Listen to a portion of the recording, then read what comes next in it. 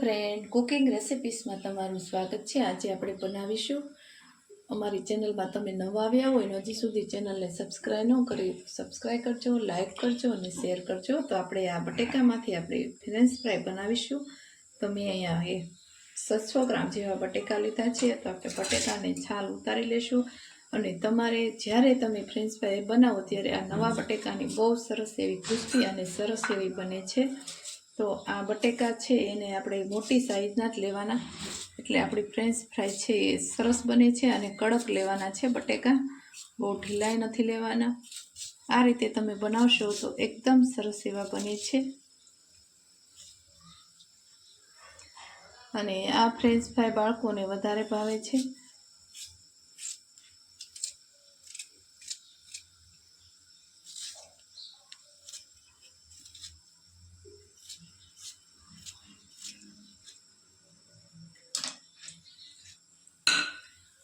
હવે તમે જોઈ શકો છો આપણી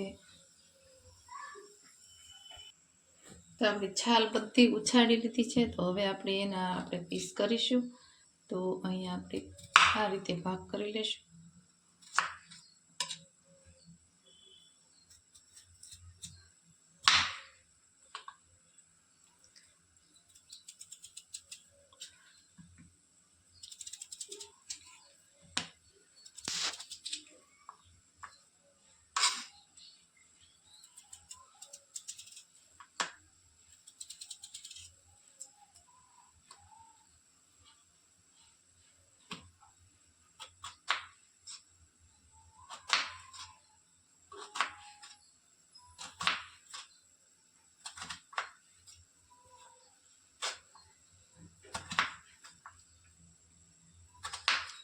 તો આ રીતે આપણે ફ્રેન્ચ ફ્રાયના આપણે પીસ કરી લેશું। તમે જોઈ શકો છો। અને ફ્રેન્ચ ફ્રાય બનાવવી એકદમ સહેલી છે અને વારે નથી લાગતી। અને આ રીતે આપણે કટિંગ કરવાનું છે।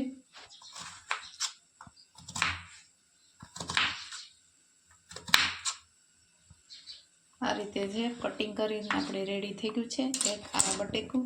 તો આપણે બીજી રીતે પણ આપણે કટિંગ કરીશું। તો અહીંયા તમારી પાસે આવું મશીન હોય ફ્રેન્ચ ફ્રાયનું તો આપણે એમાં પણ આપણે બનાવી શકીએ છીએ। તમે જોઈ શકો છો આપણી આ રીતે ચિપ્સ પણ પડી ગઈ છે, એક સરખી જ પડશે, આ પણ એક સરખી જ છે, તમે જોઈ શકો છો।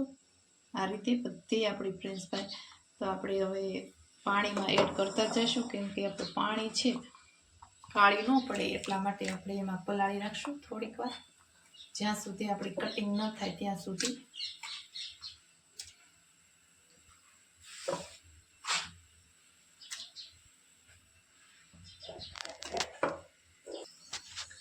હવે તમે જોઈ શકો છો આપણી એકદમ સરસ એવી કટિંગ થઈ ગઈ છે ફ્રેન્ચ ફ્રાય। તો આ રીતે આપણે પાણી પણ ઉકળી ગયું છે, અગાઉથી મેં અહીંયા પાણી ગરમ કરી લીધું છે। તો આપણે એમાં થોડીક વાર 50% બફાય એટલે આપણે એને થવા દઈશું। તો આ રીતે તમે ફ્રેન્ચ ફ્રાય બનાવશો તો એકદમ સરસ એવી ક્રિસ્પી અને કુરકુરે બને છે। આ રીતે આપણે બાફી લેશું થોડીક વાર સુધી।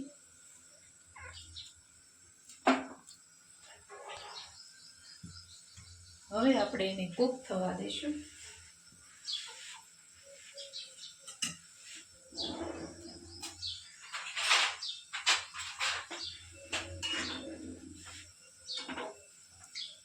હવે આપણે ઉપરથી ઢાંકણ બંધ કરી દઈશું, 2 મિનિટ સુધી આપણે કૂક થવા દઈશું, બહુ થવા દેવાની નથી।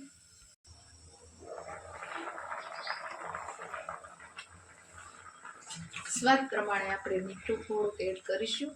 હવે તમે જોઈ શકો છો પાણીમાં એકદમ સરસ એવી ફ્રેન્ચ ફ્રાય થઈ ગઈ છે। તો હવે 1 મિનિટ જેવું કૂક થવા દઈશું અને પછી આપણે હવે તમે જોઈ શકો છો આપણી એકદમ છે એકદમ 50% જેવી આપણી કૂક થઈ ગઈ છે, એટલે બહુ કૂક કરવાની નથી। એટલે હવે આપણે પાણીમાંથી બહાર કાઢી લઈશું।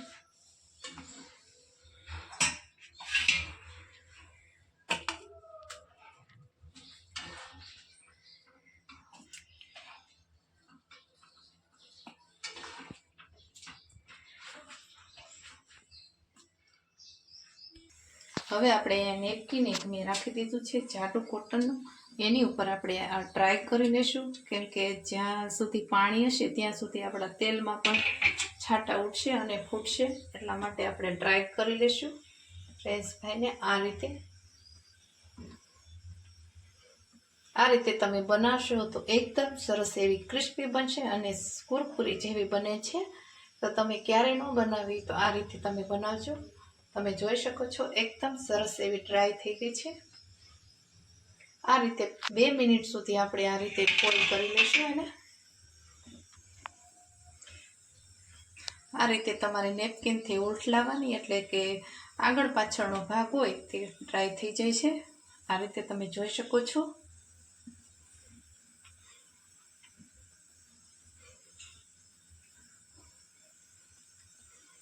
તો આ રીતે તમે ફ્રેન્ચ ફ્રાય બનાવવાનો પ્રયત્ન કરજો. પહેલી વાર બનાવતા હોય તો પણ તમે સરસ એવી બનશે.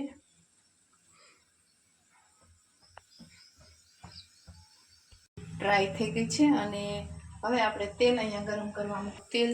હવે આપણું તેલ છે તે ગરમ થઈ ગયું છે. બહુ ગેસની ફ્લેમ આપણે મીડિયમ રાખીશું, બહુ હાઈ નહીં રાખીશું, કેમ કે આપણે ફ્રેન્ચ ફ્રાય છે તે ક્રિસ્પી બનાવી છે, એટલા માટે આપણે તેલની બહુ ગરમ નહીં થવા દઈએ.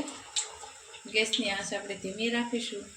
ધીમી રાખવાથી આપણી ફ્રેન્ચ ફ્રાય બહુ સરસ એવી બને છે અને કુરકુરી બને છે. આપણે થોડી થોડી એડ કરીશું, બહુ ઝાઝી નહીં એડ કરીશું, કેમ કે જગ્યા હશે તો જ એકદમ સરસ એવી કુરકુરી બનશે. હવે બ્રાઉન જેવી થાય ત્યાં સુધી આપણે એને થવા દઈશું.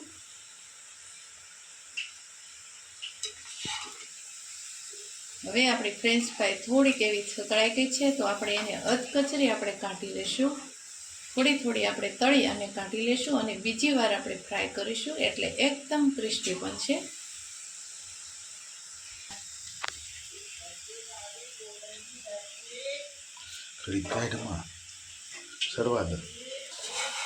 હવે તમે ફ્રેન્ચ ફ્રાય બનીને રેડી થઈ ગઈ છે, પણ હજી આપણે એકવાર બીજી આપણે ફ્રાય કરીશું બીજી વાર, તો આપણી ફ્રેન્ચ ફ્રાય છે તે એકદમ સરસ ક્રિસ્પી બને છે. અને હવે તમને હું બીજી રીતે તમને શીખવાડું. અહીંયા મેંદાનો લોટ છે, તમે એમાં પણ આ રીતે રમટોળી અને તમે ફ્રેન્ચ ફ્રાય છે તે બનાવી શકો છો. તો આ બીજી રીત છે. તો આપણે 2 રીતે બનાવીશું ફ્રેન્ચ ફ્રાય. તો તમે જોઈ શકો છો. હવે આપણે એને સાતળી લઈશું.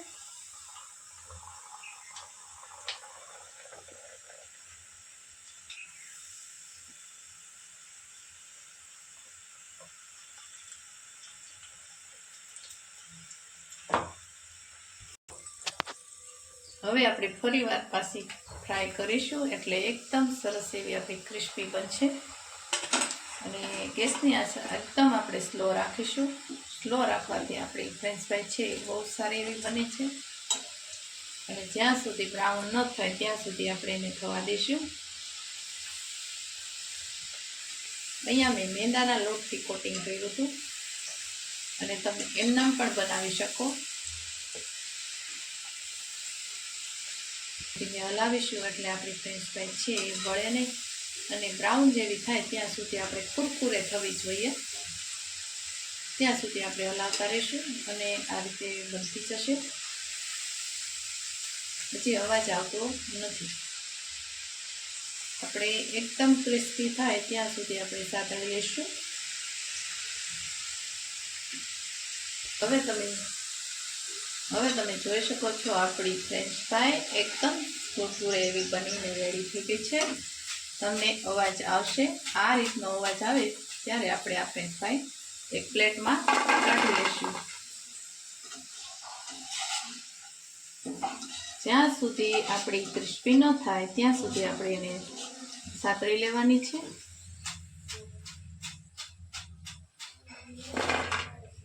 તમે જોઈ શકો છો આ રીતનો અવાજ આવવો જોઈએ.